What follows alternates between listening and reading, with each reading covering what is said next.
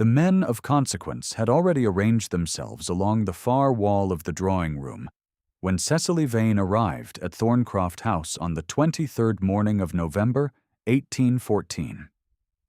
She was not expected. She had not, in the strictest legal sense, been invited, but she had not been explicitly forbidden either, and she had learned, in the 3 months since her father's death, to occupy every silence the law had left unguarded. The drawing room had been prepared with a long mahogany table, 6 chairs for the principal parties, and a low fire that gave the room the amber weight of something solemn and decided. 6 men sat. 3 more stood at the window.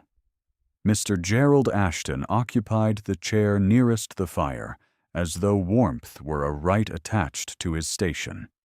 And perhaps, that morning, he believed it was. He was a large man, pale and smoothly groomed, with the particular confidence of someone who had not been wrong in public for a very long time. He did not look at Cecily when she entered.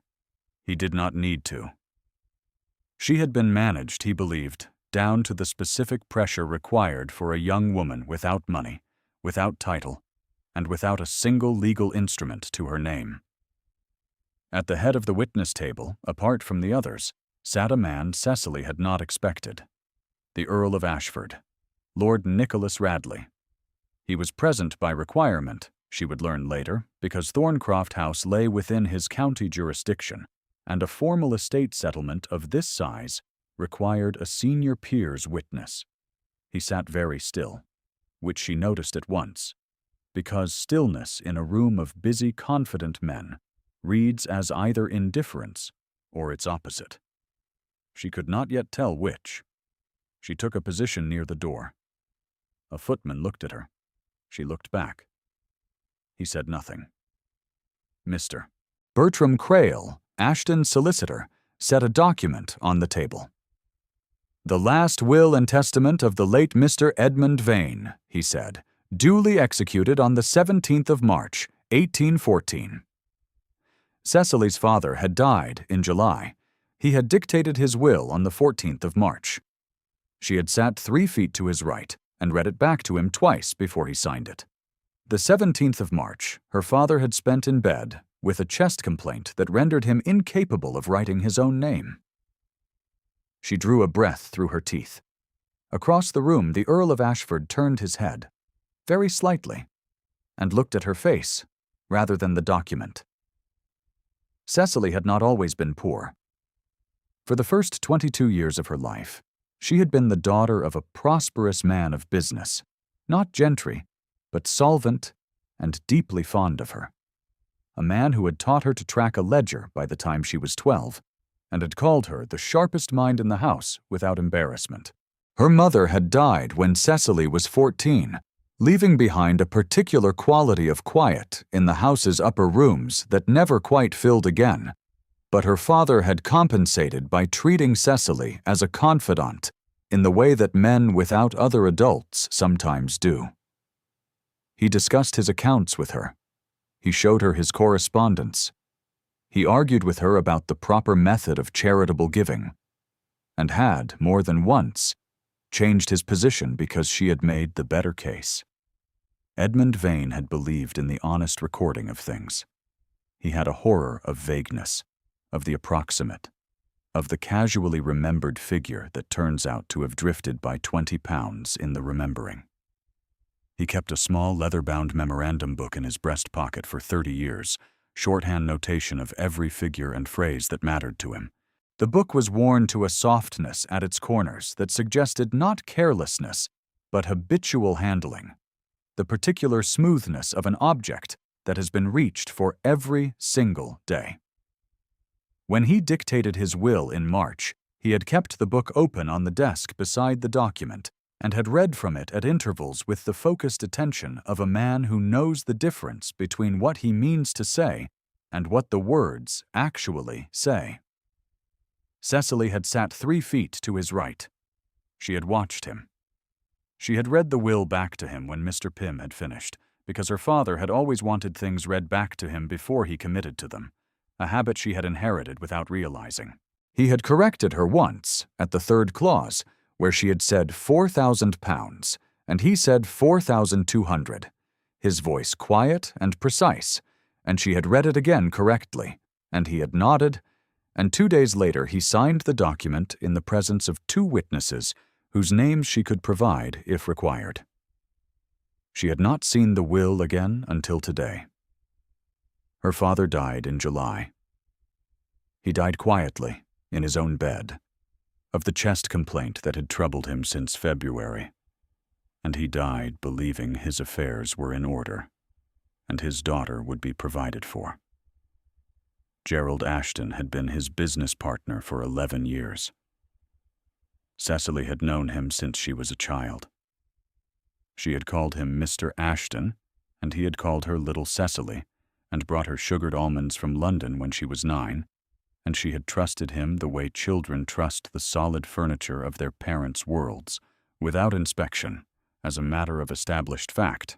She understood, in the 6 weeks following her father's death, that this had been a significant error of judgment. Not entirely hers.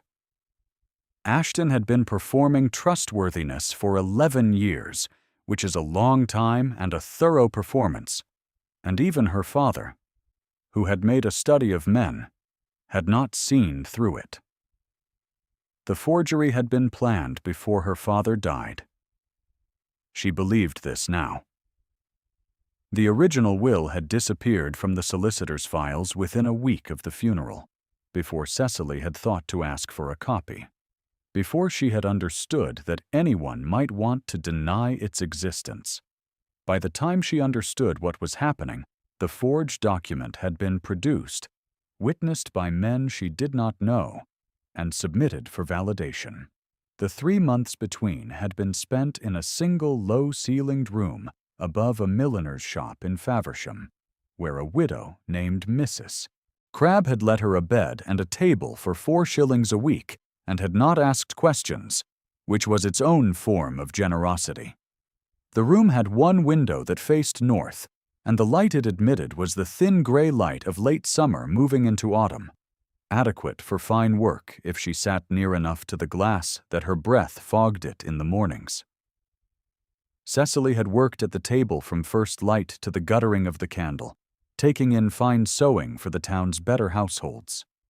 Hems to be let down and taken in, torn lace to be replaced, gloves to be restitched at the seam, the invisible mending that well-kept women require and prefer not to discuss. Her hands had blistered in the first week and then toughened. She had not been above this kind of work in any essential way. She had mended her own things since her mother died, though she had not done it for payment before. The payment was 4 shillings each Monday to Mrs. Crabbe, and the remainder of what each week produced toward the cost of the ink and paper she bought from the stationer 2 streets over. In the hours between the last customer's parcel and sleep, she had written. She had written the will from memory. Not in summary, not in approximation. Word by word, clause by clause, the pauses and corrections included, because she had read it aloud twice, and her mind had kept the text the way a body keeps a scar.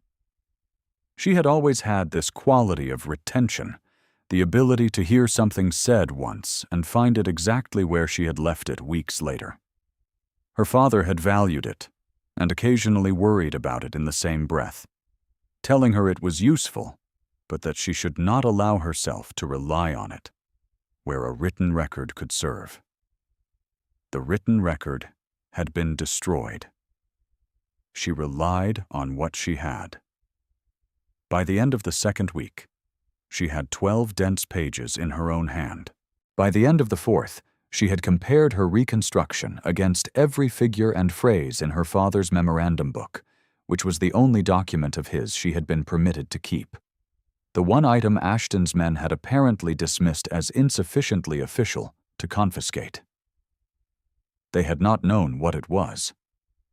The book did not contain the will, but it contained him. his shorthand abbreviations, his particular way of noting charitable commitments, the exact figure he had intended for the household accounts for the year following his death, a phrase about the disposition of his London holdings that matched her reconstruction at 6 consecutive words. She had laid the book beside her pages and gone through them line by line. Where they corroborated each other, she marked the phrase. There were 9 such phrases. 9 specific points at which a document forged from Ashton's imperfect memory could not possibly have matched what sat in that worn little book, because Ashton had never sat beside him on the 14th of March and heard him read aloud from it.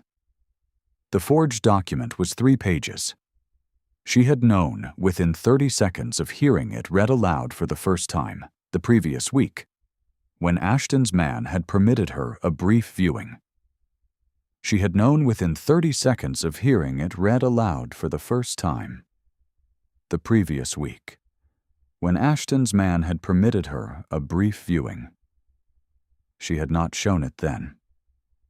She had gone back to her room above the milliner's shop and sat on the edge of the bed with her hands open on her knees, and she had thought, with a clarity that surprised her, they did not read it carefully enough. They relied on Ashton's memory, and Ashton had only ever seen the first page. The second clause named a bequest to the Society for the Relief of Imprisoned Debtors, a charity her father had regarded with contempt so absolute it had become a running jest between them. The spelling of her mother's name in the fourth clause was Eleonora, with an A, where her mother had always insisted on Eleanor without, and had threatened to return wedding gifts addressed otherwise. And the date. She had brought the memorandum book in the pocket of her plain gray mantle. She had brought 12 pages of reconstruction folded inside her glove. She had also brought, though no one had thought to look, everything she knew. If you have stayed this far into her story, you already understand something of what she was carrying into that room. It was not merely grief, though grief was there. It was the particular weight of a woman who has been told, by every instrument the law possesses, that what she knows is worth nothing at all. The antechamber off the main hall held 4 men when Cecily tried to speak to Mr. James Tully. He was the eldest solicitor present, senior partner of a competing legal house who had handled a portion of her father's early business and had known her father since before Cecily was born. She had chosen him not because she trusted him entirely, but because she had heard he was a man who disliked imprecision.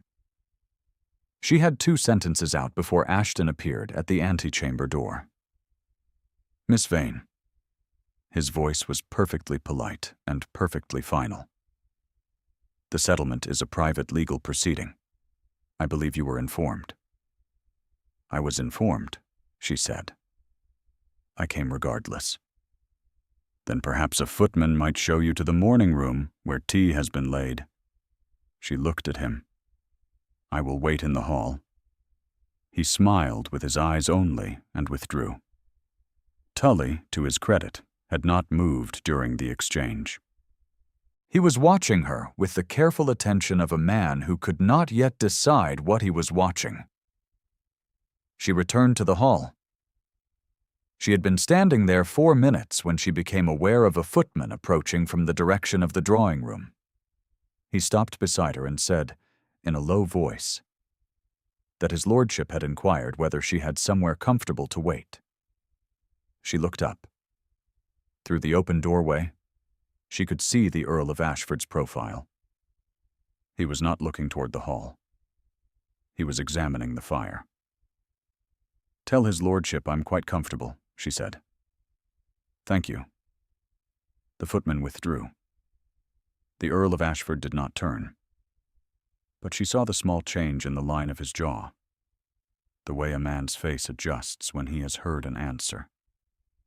He had not expected to receive with that particular steadiness.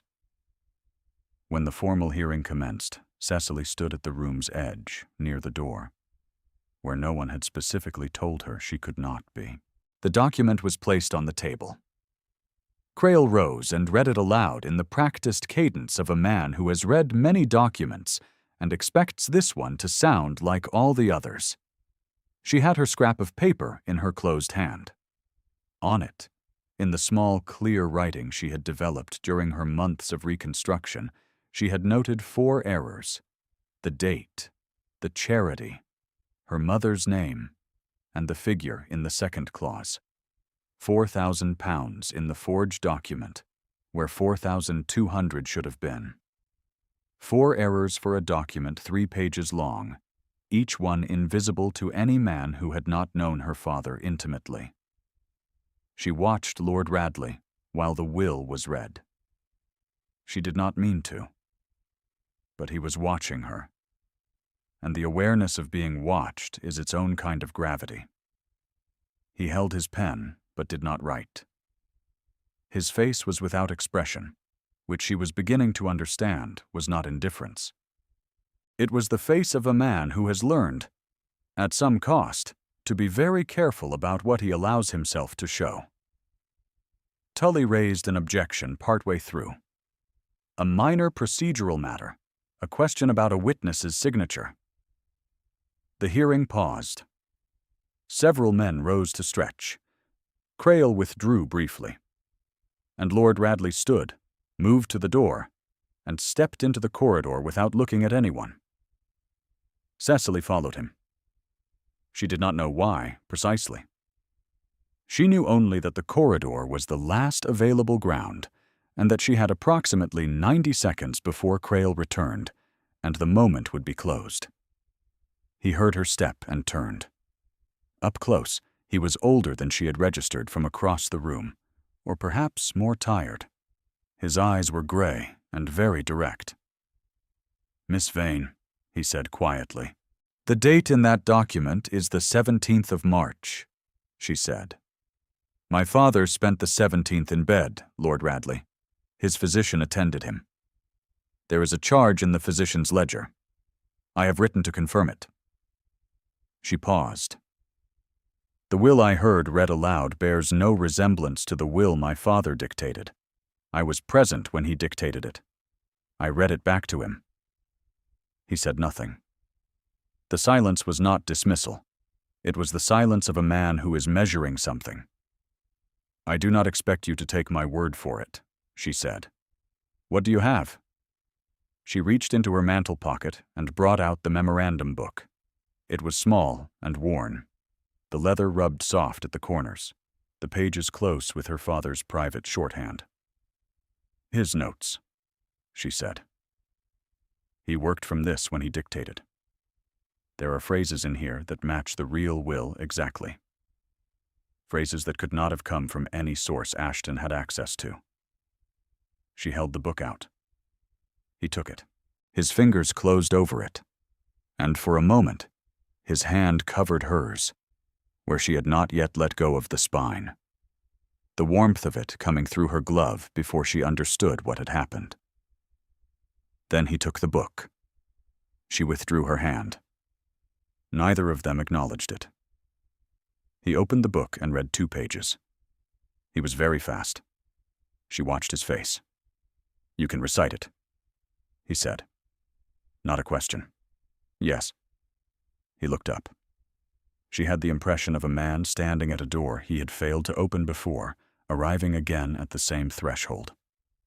"If you speak in that room," he said, "they will attempt to remove you." "Yes." "I will need something demonstrable, Miss Vane. Correspondence is not sufficient. Recollection alone is not sufficient." He paused.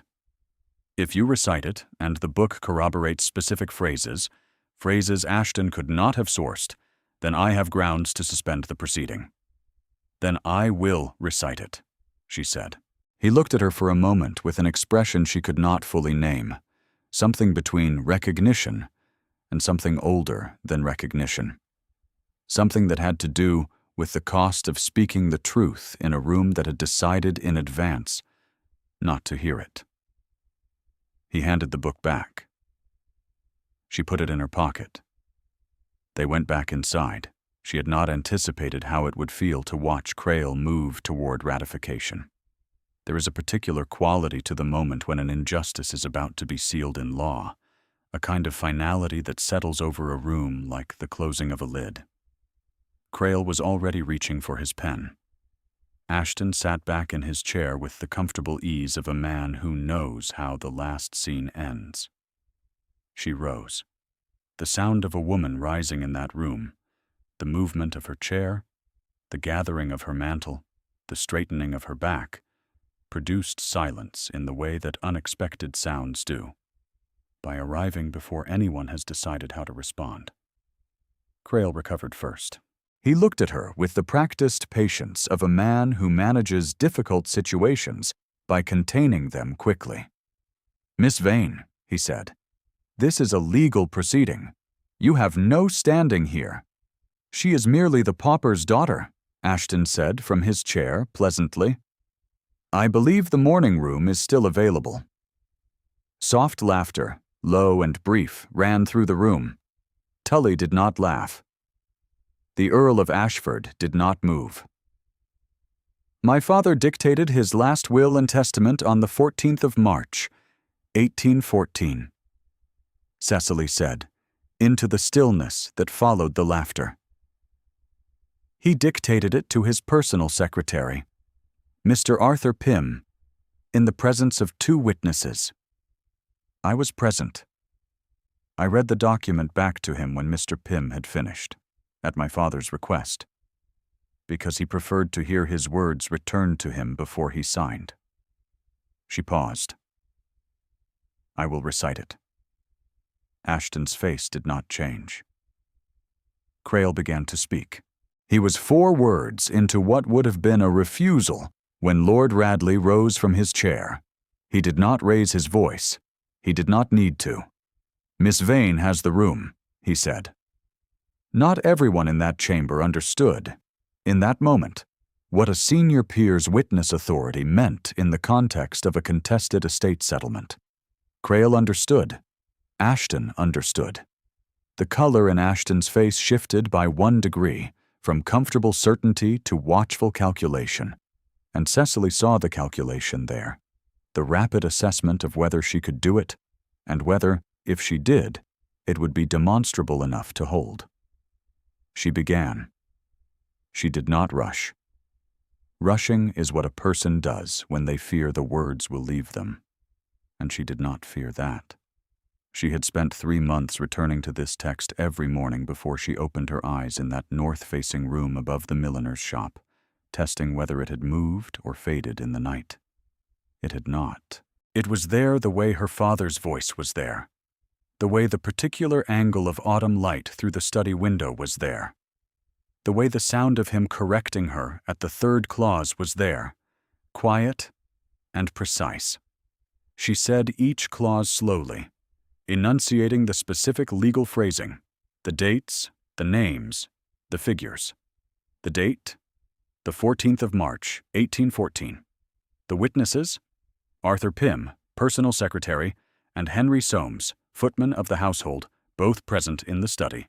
The first bequest, £4,200 to Cecily Eleanor Vane, his daughter, for her own use and disposition without condition. The second bequest, the household accounts to be funded at £900 for the first year following his death, reducing thereafter to £700 annually until the estate was fully settled. Her mother's name, which appeared in the 3rd clause in the context of a ring and a portrait to be preserved. Eleanor. 1 word, no flourish, no archaic form. Eleanor. At the 3rd clause, a man Cecily did not know rose from his chair and said loudly that this was an outrage and the young woman should be removed at once. Lord Radley looked at him once. The man sat down. She continued. The room had changed. She could feel it changing the way you feel weather changing, a shift in the quality of the air, the particular attention that descends on a space when the people in it have stopped managing what they are witnessing and begun simply to listen. Several men who had been leaning back in their chairs had leaned forward. The vicar near the window had placed his hands flat on his knees, in the posture of a man who wants to be very still. Tully had produced a small notebook from his coat and was writing in it rapidly, his head down, his pen moving with the focused intensity of a man who is recording what he does not yet fully understand, but understands is important. She was aware of Radley standing at the edge of her vision, not between her and the door, but positioned in the way that made the door beside the point. He had not moved since he rose. He stood with the absolute stillness she now knew was his particular form of attention, the external quiet that registered everything. She was aware of Ashton. He had not moved either. He sat in his chair by the fire, as he had sat for the whole of the proceedings, large and composed, his hands resting easily on the arms of the chair. But the ease had altered. She could not have said precisely what had changed in his body, whether it was the angle of his jaw or the quality of his stillness.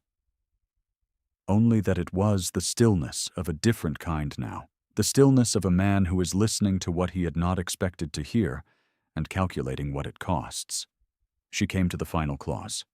The residual estate, the specific phrasing of it, the careful structure her father had wanted, the way the language accounted for contingency and for the particular debt that was still outstanding to a man in Bristol whose name appeared here and nowhere in the forged document. She said it. She stopped. The room was silent in the particular way of rooms in which something irreversible has just occurred. She reached into her pocket and set the memorandum book on the table. Tully was the first to reach for it. He was an old man and moved slowly, but no one prevented him. He opened it. He read the first page with the careful thoroughness of a man who has spent his working life in documents and knows how to move through one quickly. He turned 2 pages, stopped, and read again. His pen appeared, uncapped, and he underlined 2 phrases with the small decisive strokes of a man who has found what he was looking for. Then he looked up, and something in his face had shifted entirely from cautious detachment to the specific gravity of a man who now understands what he has been a witness to. He looked not at Cecily first, but at the forged document still lying on the table. Then at the book. Then at Cecily. The phrase in the 4th clause. He said to the room, and his voice had taken on the formal carrying quality that old men's voices acquire when they have something to say that they intend to have heard and recorded. The Church Charitable Foundation of Maidstone, and the household figure. He turned another page, pressed his finger to a line. The phrasing of the residual estate clause, the debt in Bristol. The particular form he used for that name. He looked at Crail. Then at Ashton. These are verbatim from this book. The same book. He set it down on the table carefully, as though it had become something that needed to be handled with consideration, the way certain objects need to be handled once their nature is fully understood. Vane's handwriting. I would know it anywhere. I have corresponded with him for 30 years. Crail said nothing. His face had not changed. He sat with his hands on the table and his pen in his hand, and his expression was the expression of a man who is waiting to see what shape the final verdict takes before he decides what to say. Ashton, for the first time, was entirely still. Miss Vane has testified, Lord Radley said. This proceeding will be suspended. 12 words. Level. Certain. Spoken without volume. He did not look at Cecily when he said them. He looked at Crail, and then he looked at Ashton. And the look he gave Ashton was not angry and not satisfied. It was the look of a man who has seen a particular kind of thing before, and is very tired of it, and intends to make certain it ends here. There was a moment in which the room held its breath, not from uncertainty, but from the specific suspension that follows when the mechanism of a thing has completed its motion, and everyone present is waiting for the sound of it settling. Then the room moved. Two men left quickly, men who had come as informal witnesses and were now primarily interested in not being further associated with the proceedings. A third followed. The vicar remained, and so did the three solicitors who had been brought in as procedural observers, because they were, by their profession, committed to understanding what had just happened and rendering it accurately. Ashton remained seated for several minutes with the specific stillness of a man who is calculating whether any remaining door is still open. She watched him do it. She had expected, in the months of preparation, that this moment would produce something louder in him, some eruption of the confidence that had carried him through 11 years of her father's trust and 3 months of fraudulent management. Instead, he simply sat, and the calculation completed itself. And something in his posture changed, not dramatically, only the way a structure changes when the load it was carrying is removed and it settles into its actual shape. Smaller than it had appeared. She did not gloat. She felt nothing she could clearly name, only a great and quiet tiredness, and underneath it something that was not yet anything as clean as relief. Crail was the first to be formally addressed. Lord Radley spoke to him in a voice that had gone entirely flat, the way certain men's voices go when they have moved past anger and arrived at the procedural. Crail surrendered the forged document without protest. His hands were steady, which she thought said something about the particular cold nerve that a certain kind of wrongdoing requires, the absence of heat, the comfort in systems, the belief that law is a mechanism to be operated rather than a thing with a meaning. She had dealt, in her 3 months of preparation, with several men who shared this quality. She did not find it any less disturbing for understanding it. Tully remained. He spoke with Lord Radley for a long time in the corner of the room, their voices low and precise, and she gathered without hearing the specific words that they were mapping what would need to happen next, which authorities would need to be consulted, which additional records would need to be produced and examined, which timeline of events would need to be formally established. The legal proceeding that had been assembled to ratify a fraud had become instead the first room in which the fraud's unraveling would be documented. This seemed to Cecily appropriate. She stood at the table with the memorandum book in front of her and allowed herself, for the first time in 3 months, to simply breathe. At some point she became aware that Radley had left Tully and moved toward her. She looked up. He was standing 2 feet away with his hat in his hands and an expression on his face that she could not quite read, though she was beginning to understand his expressions better than she had expected to. It was not the careful blankness of professional distance. It was something more considered than that. "Are you well?" he said. "Yes," she said. And then, with a precision that surprised her slightly, "I am."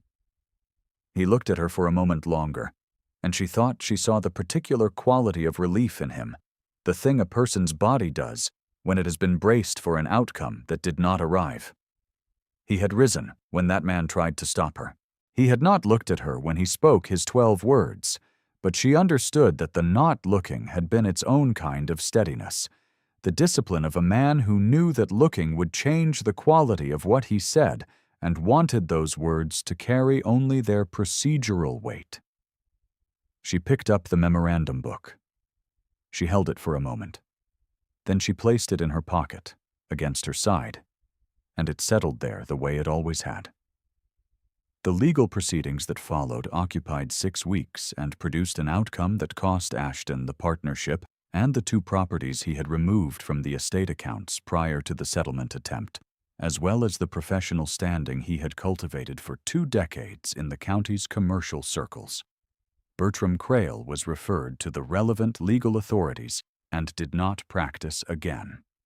The matter was managed with the procedural efficiency that is, in this world, the form justice takes. Documents reviewed, accounts corrected, the forged will formally voided, the estate returned to its proper disposition, which was substantially what Cecily had recited. She did not take pleasure in any part of what happened to Ashton. She noticed this about herself with some curiosity. She had expected, in the month she had spent reconstructing the will in her low room above the milliner's shop, that vindication would feel like release. It felt, instead, like the end of holding your breath. Not triumph, not even relief, precisely. The particular quiet of a thing that has been made right without becoming a different kind of wrong in the process. Mrs. Phoebe Drummond, the housekeeper who had been dismissed from Thorncroft House in September, was one of the first people Cecily wrote to when the estate was returned. Mrs. Drummond came back with her trunk and her rosebud apron, and her habit of counting the silver at 8 o'clock on the last Tuesday of every month, and she cried, which was the only time in the whole of it that Cecily cried as well, briefly, into Mrs. Drummond's capable shoulder, because Mrs. Drummond had known him for 27 years, and her return was the closest thing to her father's approval that the world was going to offer. The November morning when Lord Radley called at Thorncroft House was cold enough that the windows had fogged at their lower panes, and the study where Cecily had been working since first light was warm with a fire that Mrs. Drummond had built before 7 o'clock and left burning. He had sent no card ahead. The footman appeared at the study door and said his lordship was below, and Cecily set down her pen and waited. He was in the doorway for a moment before he entered, and she saw him pause, which was not a thing she had seen him do before. He was a careful man, methodical in his movements, and she had understood by now that his pauses were not hesitation, but decision, the interval between knowing what he meant to do and committing to it. She had thought, once, that it was coldness. She knew now what it was. It was the particular gravity of a man who does not speak unless he intends to mean it. She was standing beside the desk. The memorandum book was there, returned to its place at the desk's corner. Her father's study had been restored as nearly as possible to its original order, and the book sat where it had always sat, against the edge of the green tooled leather surface, its spine visible. "Miss Vane," he said, and then he stopped. The room held the specific quiet of early winter mornings, the low sound of the fire, the faint creak of the house contracting in the cold. She waited. "I came to ask," he said, "whether you are settled, whether you have what you need." A pause. "But that is not entirely why I came." She looked at him. He was watching the middle distance between them with the expression she had seen once before, in the corridor outside the hearing, the expression of a man arriving at a door he knows he must open differently this time. "5 years ago," he said, "I had evidence in a matter of wrongful accusation. I chose not to produce it. The man died." He met her eyes. "I have sat in that silence since. When you rose in that room, I sat for 4 seconds and thought about sitting still." He paused again. "I did not." "No," she said. "You did not."